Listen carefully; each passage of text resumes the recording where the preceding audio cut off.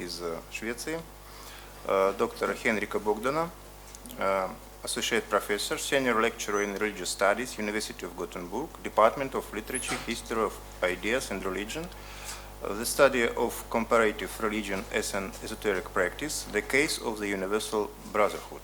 Please. Okay, thank you. I'd like to begin by thanking, of course, the organizers of this really well-organized conference. I learned a lot, and especially Sergei Pakhomov, who has been very patient with me with our correspondence. I thank you for that. And it is, of course, a great honor to be invited to do a keynote lecture. And I'd like to just say a few introductory words before I start reading my text here. And the first point is, of course, that my paper will address the 8th and final point on the call for papers. That is, general aspects of studies for transformations of esotericism and mysticism in the modern world. In other words, I will not be speaking about technology. But still, I will be speaking about some issues that has been touched upon by several of the other speakers at this conference. So I hope it's going to tie in quite nicely with what we have already been discussing. And just to give you a short idea of where this paper comes from, it's I have this what should I call it? Well, I like mysteries. So one of the most fun things with doing research is to find a mystery, be it the identity of a certain person or the location of a manuscript or something like that, and try to, like a detective, track down that mystery and try to solve it. But then take it a step further, and that is to try to contextualize that particular historical aspect by placing it in a larger theoretical discussion. So just to give you an example of that, what I'm talking about is that a few years ago I was intrigued by a certain person called David Kervin, who was supposed to have been the British occultist Aleister Crowley's last disciple. And there's been some written about this, and much of it was, of course, quite unreliable information. So I decided to try to track down this person and try to verify the claims about him. And to make a long story short, it turned out that this person, David Kervin, had been a member of an Indian esoteric or occult order, the Holy Order of Krishna, which nobody had written about before. So it was a totally new organization which had been founded in 1905 and still exists to this day. And the interesting aspect with that organization was that it was a Hindu order that had been influenced by Western occultism. So I took that as a starting point to start to look at the way that occultism spreads outside of a Western context and see how that is being received in new context, in this particular case, Hinduism. The current paper is similarly based on a mystery for me. I've been doing research on Charles Stansfield Jones, who was an American disciple of Aleister Crowley and his North American representative. And I was intrigued by the fact that he had joined an order called Universal Brotherhood, of which nothing was published. No information existed almost. So I started to try to track this down, and with a bit of luck, I'm not going to explain why, I was lucky, I stumbled upon a quite remarkable history. A history which I think is of relevance for the study of Western esotericism and the emerging field of comparative study of religion as well during the late 19th, early 20th century. So, this is just a small background of where this comes from. So, without any further ado, I will read my text, and I know that I need to read it a bit slow so that the translator can follow me.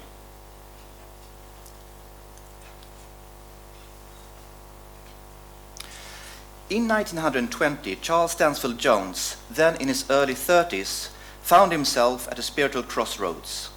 Within just a few years, he had made remarkable spiritual and magical progress, advancing rapidly in the two magical orders to which he belonged, the AA, or the Silver Star, and the Ordo Templi Orientis, or OTO.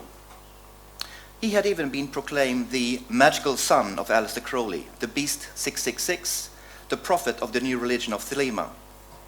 Yet, at the height of his magical career, Jones chose to join another secret society of a very different kind, the Universal Brotherhood. What was it about the Universal Brotherhood that made Jones want to start all over again, on the very lowest rung of yet another hierarchical organization? And, perhaps more importantly, what was it about its teachings that fascinated Jones to the extent that he stayed a loyal member for the remaining 30 years of his life and even became its leader, or Mahaguru? Crowley famously dismissed the Universal Brotherhood both as a scam and as a front for the Catholic Church. But the fact is that to this day almost nothing has been published about the purpose, teachings, and history of this secret society. For those with an interest in the life and work of Charles Stansfield Jones, this has been frustrating, not only because the Universal Brotherhood played a major part in Jones' life, but also because nearly all of the members of the small Thelemic movement in North America during the 1920s were recruited by Jones to the Universal Brotherhood. While most of these Thelemites lost interest in the UB after only a few years, a Thelemic cell continued to operate within the Universal Brotherhood under Jones' leadership well until the 1930s. Martin Starr's book, The Unknown God, is the only study that has so far dealt with Jones' involvement with the UB, but Starr was hampered by the fact that he had access to only a few of the Universal Brotherhood's official documents. Given the extremely secretive nature of this organization, almost nothing was known about it. This situation changed a few years after Starr's book had been published, where there suddenly appeared on eBay, of all places, an astonishing amount of UB documents. When I asked the sellers, who did not know what they were selling, about the provenance of the collection, they explained that they had bought a number of filing cabinets at a yard sale in New Mexico, and since they were not interested in the contents, they thought they might as well try to sell the stuff on eBay before throwing it away. It turned out that they had bought the archive of the last Mahaguru of the Universal Brotherhood, Frederick Kaiser, who died in 2003. The archives consisted of letters and documents covering the period from the early 1910s to the late 1970s. And this is a huge collection. We're talking about hundreds of official documents, hundreds of letters, amounting to thousands of typewritten pages and handwritten pages. It's an astonishing amount of information here. And I was lucky to buy the major part of that for almost nothing because nobody was interested in this. And that's also one of the fun aspects about doing research, that sometimes things just fall into your lap. The purpose of this paper is simple. Based on documents from the recently discovered archive, I will, firstly, try to describe the structure, teachings, origins, and the purpose of the Universal Brotherhood. This might sound simple enough, but the truth is that extreme secrecy, peculiar language, and staggering amount of documents make this task difficult. Secondly, and more importantly, I will discuss the overlap between esotericism and the emerging discipline of the academic study of comparative religion at the end of the 19th century and early 20th century, using the Universal Brotherhood as a case study. It will be argued that early comparative religion and 19th century esotericism not only shared many features, but that they in fact often were inseparable from each other.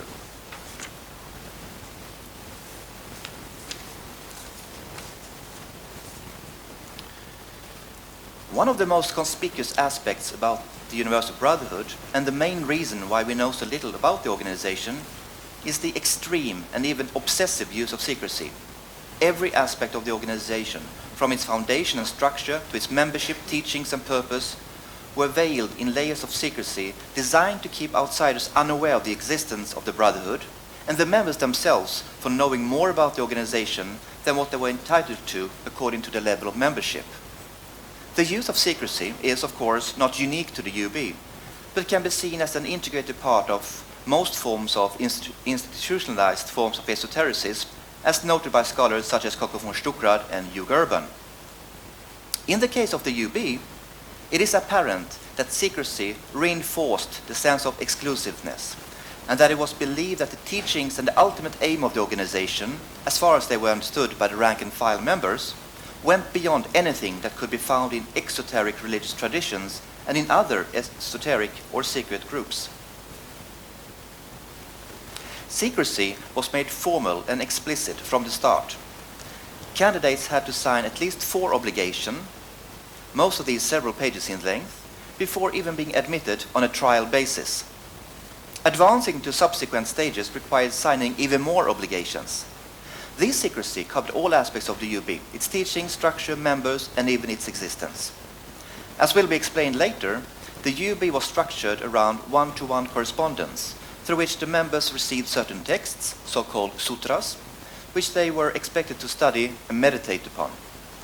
The secrecy surrounding correspondence was rigorous. All letters had to be sent pseudonymously using ordered names, so-called mystical names derived from Sanskrit. For instance, Charles Stansfield Jones used such mystical names as Mantrina, Dhyananda Chela, and Prabodha Guru. Each member also received a mystical number whereby he or she would be identified by his superior. All letters and other communications had to be dated with the UB's idiosyncratic dating system, the so-called Aenatic calendar, which starts in 1907, which is probably the year when the UB was founded. The initial obligations consisted primarily of promises to keep all communications and documents secret. The first, or introductory pledge, was short and concise and simply stated, and we can see a copy here. I hereby formally promise, with due reservations for conscience, not to divulge to any person the contents of the lessons which will follow, nor to advise anyone from whom I have received them, nor to make known the fact that I have assumed this pledge. End of quote. The obligations quickly became more elaborate, as seen in the second, or inquirer obligation, which consisted of 3 typed pages. The obligations begins as follows. And that's going to give you a taste of how this could sound. I do most solemnly promise, pledge, and obligate myself with all due reservation for conscience to keep profoundly secret all communications that may be made to me, and all information that may at any time be given to me in any manner by any person or any persons whomsoever as a result of my assumption of this obligation, and all the contents of any correspondence that I may at any time have with any representative or representatives of the Universal Brotherhood as such, and of all the documents of teaching, direction, or training, or of any other kind that may at any time be communicated to me, or may at any time come into my possession in any manner. And so on and so forth for another 2.5 pages. And this is just one example. They had to sign these oaths time and time and time again, especially before receiving new sutras. As the candidate progressed higher in the system, the content of the obligations gradually shifted more and more to emphasize obedience and submission to one's guru and other superiors, in addition to studying and applying the teachings contained in the secret documents. Strict secrecy also applied to the organizational structure of the UB. And as the members gradually advanced in the system, they learned that Universal Brotherhood was the outer name for the Integral Fellowship, otherwise known as the Mahachakra, or Great Circle. When studying the surviving UB documents, it becomes clear that the organizational structure was extremely complex and bureaucratic, and that perhaps the best way to describe it is to use Massimo Introvigne's description of a similarly complex organization, the Order of the Solar Temple, which Introvigne likened to a Chinese box system, in which each level of the organization is ruled by another, inner, and even more secret body. As far as I have been able to understand it, the UB consisted of 3 different types of bodies: regional, thematic, and administrative. The regional bodies covered certain geographic areas or jurisdictions that could differ in size according to the number of members in a particular area. In its most basic form, 3 members were required to form a regional group. And among the papers discovered in archives were all kinds of maps, especially over the United States, where they had divided the United States into different sections, where you could identify the names of the lodges ruling these areas.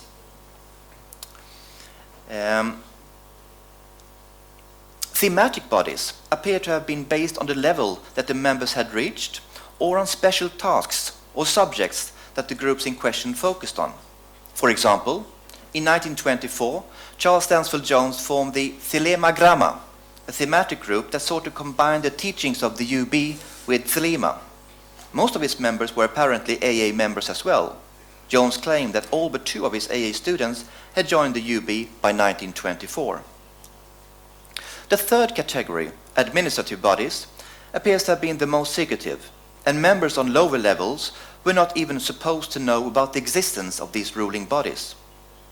To complicate things even further, it is clear that members that had advanced to the highest levels did not know how the UB was actually administered and ruled.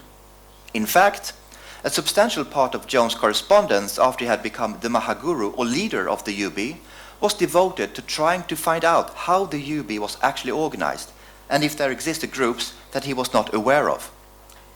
The reason for the confusion was due not only to the absurd levels of secrecy, but perhaps more importantly, to the fact that the various regional, thematic, and to a certain extent administrative bodies were organized similar to how terrorist cells are organized today.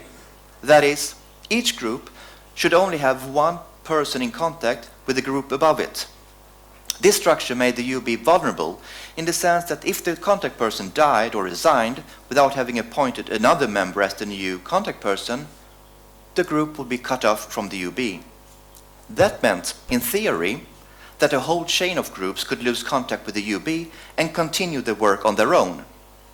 This possibility was addressed explicitly in one of the official documents reserved to the members of the 9th or the highest degree. And I'm going to take a long quote. This is the only long quote I'm coming with, just so you get the sense of the bureaucratic and administrative language of this very, very bureaucratic order. It says, owing to the peculiarly complex and secret nature of the organization of the Mahachakra, another name for the Brotherhood, it is always within the bounds of possibility that some unexpected cataclysm, or even in certain exceptional cases, some peculiar combination of circumstances comparatively insignificant in themselves, may cause some individual Mahachakriya or group of Mahachakriyas, that is members, especially if they are still in the Charaka or Chela stage, the lowest stages, and live in a region where the division of the Brotherhood is not largely represented, or is still without even a full diasporic organization, to be suddenly cut off from communication with the rest of the Brotherhood and be, or seem to be, lost sight of by its higher authorities. It sometimes even happens that communications with some individual or some group, large or small, are purposely cut off in view of special circumstances, either as a disciplinary measure or because of the death of a guru not easily replaced at once, or for the purpose of test or as part of the individual or corporate training that is needed. In such a case, the individual or group should continue to study and apply, so far as possible, what has already been received during the space of 1 year. Then the individual or group is authorized to proceed to organize what is called an isolated circle. We should keep this in mind later when it comes to the end of this story, the possibility of isolated circles surviving to this day. The creation of an isolated circle actually meant that the UB was to be recreated based on the documents that the eldest brother of the circle had access to. This meant that there theoretically might have existed, and perhaps even exist to this day, independent versions of the UB that developed as a result of having lost contact with the mother organization.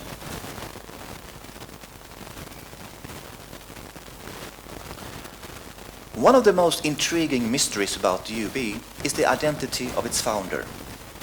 The questions of when, where, and by who the UB was founded preoccupied Jones for many years, and it is unclear whether he ever reached a conclusive answer. However, the internal evidence of the sutras, references in letters by various early members of the UB, and other documents found in the UB archive clearly show that the UB was founded in 1907 by Professor Mervyn Marie Snell. From 1881 to 1889, Snell was in the scientific service of the government under Spence F. Baird of the Smithsonian Museum and Fisheries Commission. In 1882, he was also clerk of the United States Senate Committee on Revision of the Laws. He was a member of the Philosophical, Biological, and National Geographic Societies, in addition to organizations such as Sons of the Revolution and Sons of the American Revolution. Snell, a convert Catholic by faith, was president of Albertus Magnus College, which was quite prestigious back then, in Wichita, Kansas. Today, Mervyn Snell is all but forgotten, and the few times that he is mentioned in contemporary scholarly literature is in his capacity as president of the scientific section of the World Parliaments of Religions, which was held in Chicago in 1893, and whose stated object was to create a global dialogue of faiths. Snell was particularly suited as president of the scientific section, given the fact that he was an early pioneer in the study of comparative religion. While many of his contemporary American and British historians of religion focus on the origins of religion and the study of so-called primitive forms of religion, Snell was more influenced by German philosophy and phenomenology. To him, the comparative approach to religion revealed the eternal truths underlying all exoteric religious traditions. Like his contemporary Friedrich Max Müller, Snell argued that truth could be found in all great religions if only one looked beyond the outer dogmas that are dependent on historical circumstances. Snell set down his ideas in a series of short works and articles with titles such as Hints on the Study of the Sacred Books from 1887 and 100 Theses on the Foundation of Human Knowledge from 1891. As a professor at the prestigious college, his books were reviewed and discussed in the leading scholarly journals of the time. These ideas were not unique to Snell, however. On the contrary, speculation about the possibility of discovering spiritual truths through a comparative study of religion flourished in the esoteric milieu, especially within theosophical circles. According to Helena Petrovna Blavatsky, all exoteric religions are but different branches of the same tree, and the closer you come to its stem, the closer you will be to the eternal truths. Blavatsky's spiritual project, as laid down in Isis Unveiled and the Secret Doctrine, consisted of recreating the perennial tradition that she claimed was the origin of the world's religions. To Blavatsky, the closest one could come to his ancient tradition were the Eastern religious traditions of Hinduism and Buddhism, and it was therefore necessary to study these traditions in particular. Snell was well acquainted with theosophy and his view on religion. In fact, in 1895, he published in The Biblical World what must be one of the first scholarly articles on theosophy. In the article, titled Modern Theosophy and its Relation to Hinduism and Buddhism, Snell expresses admiration for the underlying purpose of theosophy. It professes to explain the mysteries and myths of all the religions, and is in fact the boldest attempt ever made to achieve the colossal task of reconciling all the religions and philosophies of the world. End of quote. More important is his positive appreciations of theosophy as a system which holds interior illumination or objective revelation. Interior illumination or direct spiritual vision as the fundamental source of religious knowledge, rather than reason, objective revelation, or historic tradition. As we will see, this approach is also fundamental to Universal Brotherhood. Despite these appreciative remarks about theosophy, however, Snell was on the whole skeptical of theosophy. In particular, he was highly critical of the belief in the secret masters or Mahatmas, and of the fact that theosophy was ultimately a system of belief rather than a scientific or experiential path to knowledge. According to Snell, the theosophists had to blindly believe in Blavatsky and her claim to be in contact with the Mahatmas.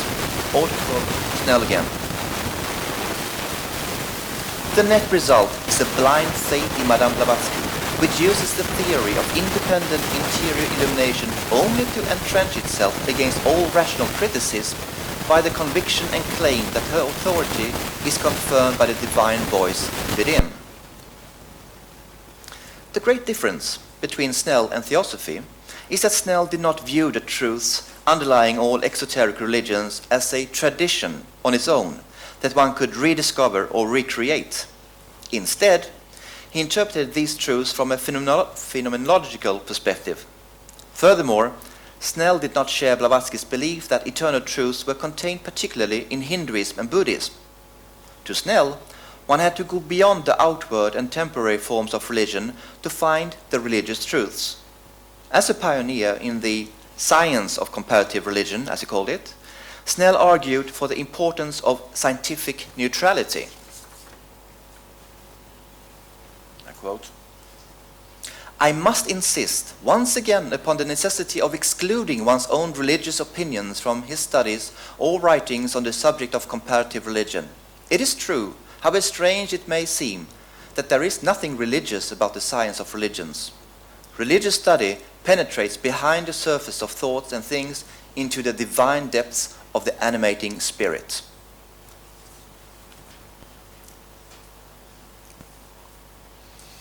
The question remains to what extent Snell actually excluded his own religious beliefs. As mentioned, Snell was a convert to Roman Catholicism, and significantly enough, it was Catholic liberalism that he adhered to. This was an intellectual current that affected both the Church and Catholic scholars at the time, which was characterized by the belief that ritual and outward dogmas are secondary to the eternal truths, and that it is by a critical reading of the Bible and through a rational approach to faith that the mysteries of God can be unraveled. The papacy, however, consistently criticized and frequently condemned liberal Catholicism for its rationalism and naturalism. To a certain extent, one could describe this current as phenomenological mysticism, in the sense that by critically studying and understanding the eternal and central phenomena of the Catholic faith, it is possible to become one with God, to reach union mystica. In his scholarly work, Snell took this approach to its extreme and applied it not only to Catholicism, but to all major religions. Remarkably, Snell did not stop there. He took his work on comparative religion beyond the confines of academia and founded a highly secret organization with the object of putting his theoretical knowledge into practice, the Universal Brotherhood. And as far as I know, this is the only example that we have of a scholar of comparative religion that creates a secret society using the method of comparative religion as the main way to reach some sort of gnosis or union mystica. So, how did Snell transform his intellectual and scholarly pursuits into a secret society? As mentioned at the outset, the UB functioned as one-to-one correspondence between a student and his or her superior. The student would receive secret-typed documents, one at a time, that he or she, because they also had women members, was expected to copy and return. He was also expected to send alms to his superior, who then forwarded it up through the hierarchy.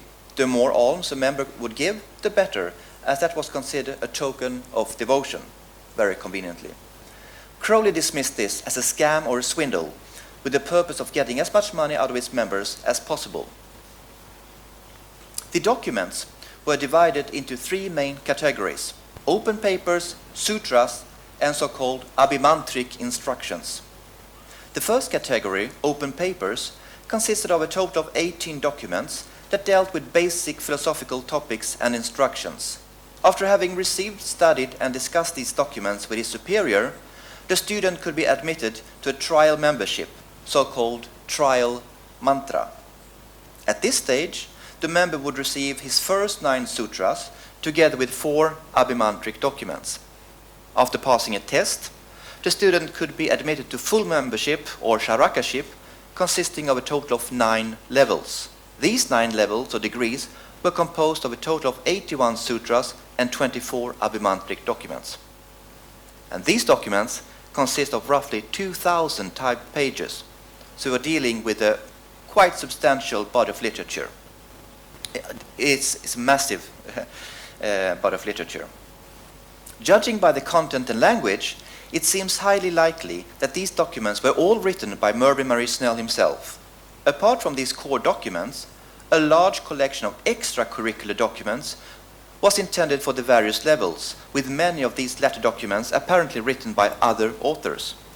In addition, a large number of instructional letters were written for specific ramas or lodges. Many of these were penned by Charles Stansfield Jones, for instance. So, what was the object of all these documents? What was the purpose of the UB? Martin P. Starr reports in his The Unknown God that when he asked the last Mahaguru, Frederick Kaiser, what the purpose of the UB was, he replied, "To make men think." Kaiser's answer actually reflects UB doctrine. In official UB documents, non-members are sometimes referred to as non-thinking persons. When I first started to study the teachings of the UB, I believe that Crowley was correct in his assertion that the UB was a front for the Catholic Church, especially considering that the founder himself had converted to Catholicism, just like Charles Stansfield Jones did after he started to rise in the UB hierarchy. Furthermore, the UB undeniably sought to infiltrate as many occult organizations as possible. And this we know from the fact that when people applied for membership to become members, they had to fill out a simple questionnaire, which asked them about their name, their degree, their social status, their address, but most importantly, it asked them about what occult organizations they had belonged to, what current organizations they belonged to, and what organizations they wanted to join. So in contrast to many other esoteric organizations, it was a bonus that you were a member of as many occult orders as possible. And also in the correspondence, we'll see that the leaders, like Charles Stansfield Jones and his successors, were very keen on recruiting people in organizations that they did not have members in. So there's some, I don't know why they did this, but apparently they tried to infiltrate as many organizations as possible.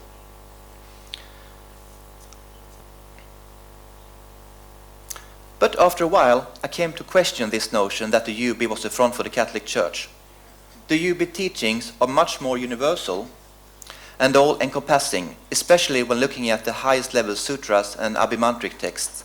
There are no references to traditional Catholic teachings, such as the ineffability of the teachings of the Church or the 7 Catholic sacraments, baptism, Eucharist, reconciliation, confirmation, marriage, holy orders, and anointing of the sick.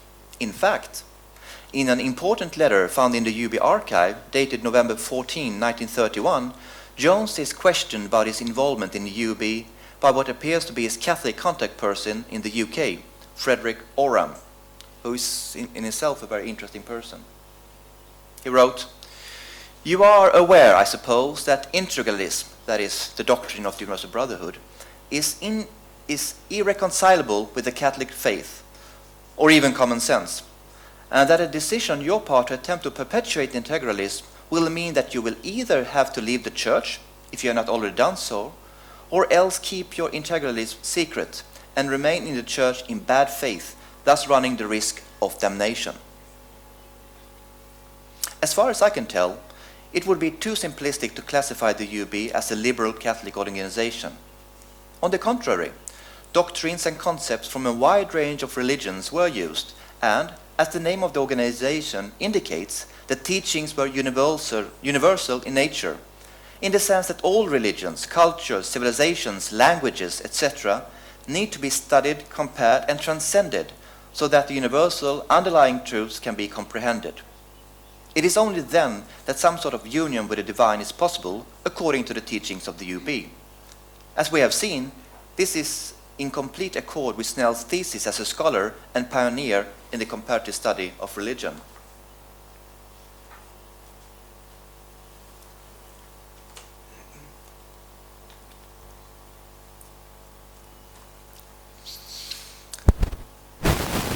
But why should we remember this obscure organization?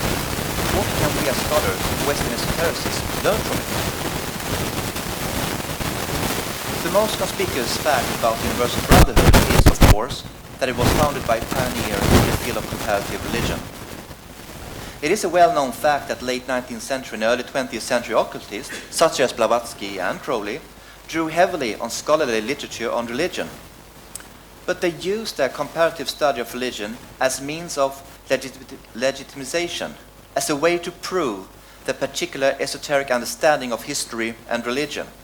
Mervyn Marie Snell, on the other hand, took the theory of comparative studies and used that as the method for spiritual enlightenment or gnosis.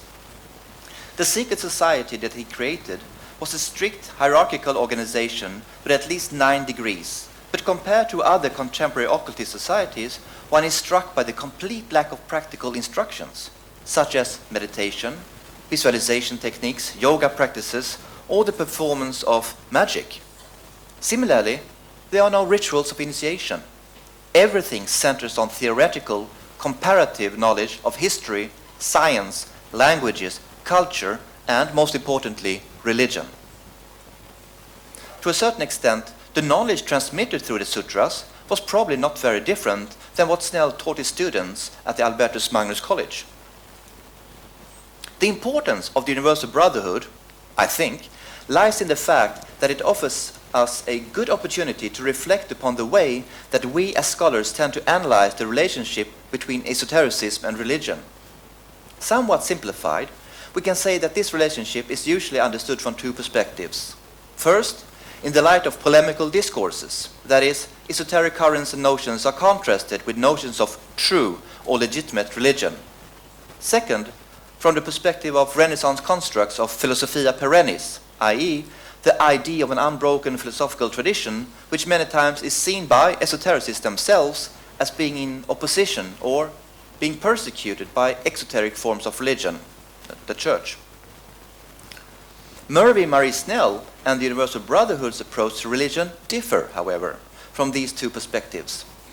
As you will remember, Snell argued, just like other pioneers of the comparative study of religion such as Max Müller, that truth could be found in all great religions, if only one looked beyond the outer dogmas that are dependent on historical circumstances, and that it is by comparing religions that eternal truths will be revealed. Now, this approach to religion can, for analytical purposes, be seen as an example of what historian of religions Ivan Strensky has identified as the quest for natural religion, which has its roots in the 16th century. According to Strensky, the crisis of the Reformation, which led to Christian fightings against Christians, and thereby objectifying Protestants and Catholics, and the crisis of the discovery of the New World, with the encounter of indigenous cultures and religions that differed radically from anything known in Europe, led intellectuals to reflect upon the possible truths underlying all known religious traditions, truths that went beyond the outward dogmas of revealed religion. Thinkers like Jean Bogdan and Edward Lord Herbert of Chester believe that religion is an innate, built-in feature of being human.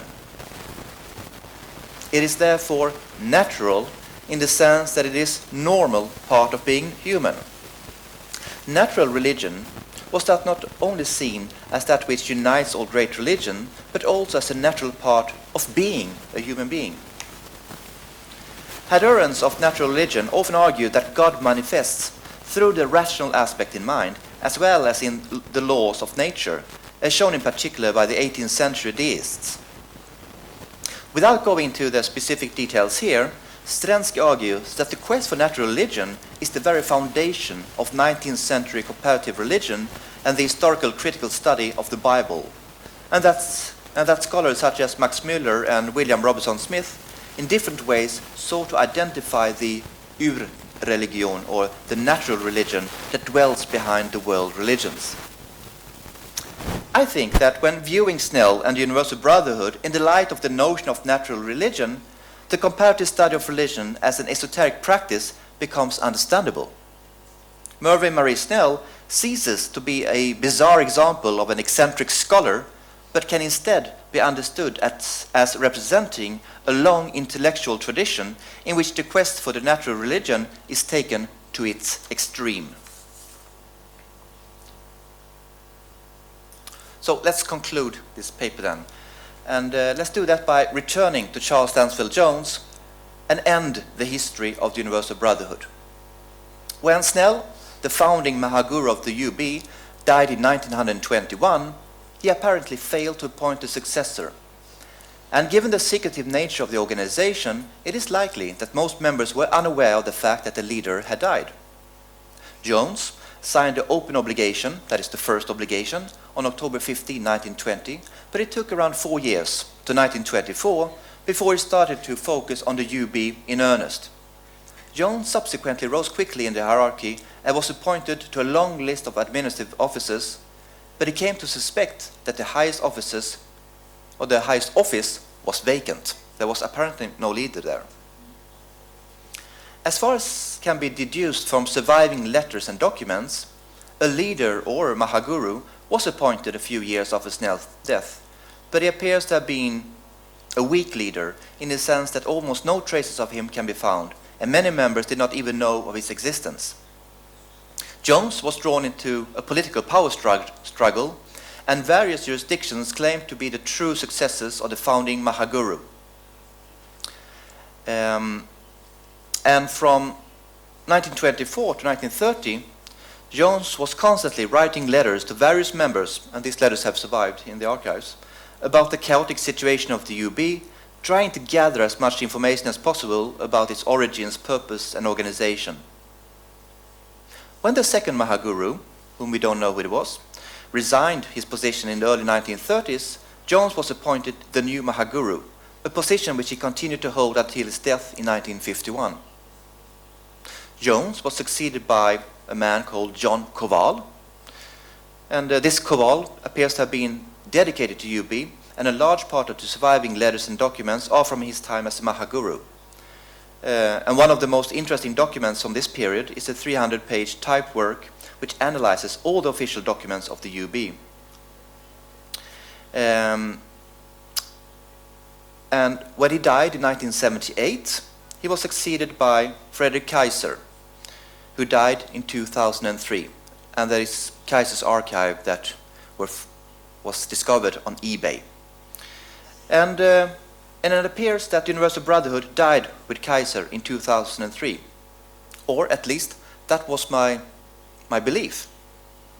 In fact, late last year, a website was launched in the UK which claimed to represent the Universal Brotherhood, and it even posted some of the open papers online. This branch had apparently been operating in total secrecy from the early 1920s until it decided to go public. We don't know why it decided to go public. It might have been for the simple reason that they tried to connect with other UB branches, perhaps. Perhaps they didn't know that their leader had died. But just as a postscript to this whole story is that, of course, I got in contact with them, tried to ask them questions about the history, about their particular branch, and I sent them my research, to which they did not respond.